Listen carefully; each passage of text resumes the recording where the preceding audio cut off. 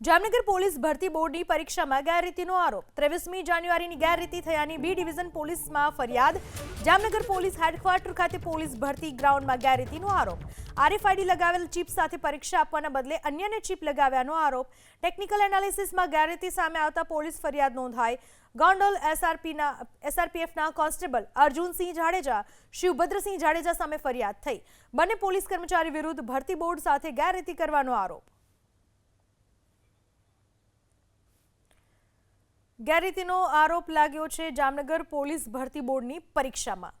23મી જાન્યુઆરીની ગેરરીતિ થયાની ફરિયાદ બી ડિવિઝન પોલીસમાં નોંધાઈ જામનગર પોલીસ હેડક્વાર્ટર ખાતે પોલીસ ભરતી ગ્રાઉન્ડમાં ગેરરીતિ થઈ હોવાનો આરોપ લાગ્યો છે આરએફઆઈડી લગાવેલ ચિપ સાથે પરીક્ષા આપવાના બદલે અન્યને ચિપ લગાવી દીધાનો આરોપ લગાવ્યો છે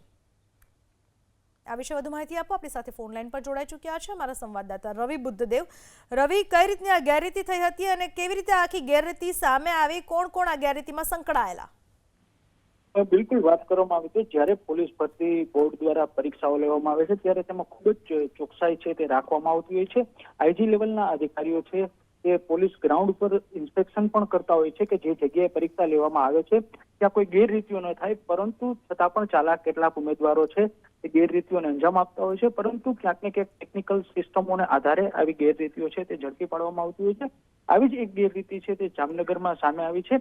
પોલીસ ભરતી બોર્ડની પરીક્ષા દરમિયાન આ ગેરરીતિનો સમગ્ર મામલો છે જેમાં પોલીસ હેડક્વાર્ટર ખાતે પોલીસ ભરતી ગ્રાઉન્ડમાં 23 તારીખે આ ઘટના બની હતી જેની પોલીસ ફરિયાદ છે તે સિટી બી ડિવિઝન પોલીસ સ્ટેશનમાં દાખલ થઈ છે આરએફઆઈડી છે તે ચિપ લગાવવાની હોય છે પરંતુ પોતે ચિપ લગાવવાને બદલે અન્ય ઉમેદવારને આ ચિપ લગાવી અને દોડાવવામાં આવ્યો હતો તેવું ટેકનિકલ એનાલિસિસના આધારે સામે આવ્યું છે એસઆરપીએફ ગોંડલમાં ફરજ બજાવતા એક કોન્સ્ટેબલ અને અન્ય એક વ્યક્તિ વિરુદ્ધ સિટી બી ડિવિઝન પોલીસ મથકમાં કાવતરું રચી અને પોલીસ ભરતી બોર્ડ સાથે છેતરપિંડી કરવા અંગેનો ગુનો છે તે દાખલ કરવામાં આવ્યો છે અને સમગ્ર મામલે પોલીસ છે તે વધુ તપાસ હાથ ધરી રહી છે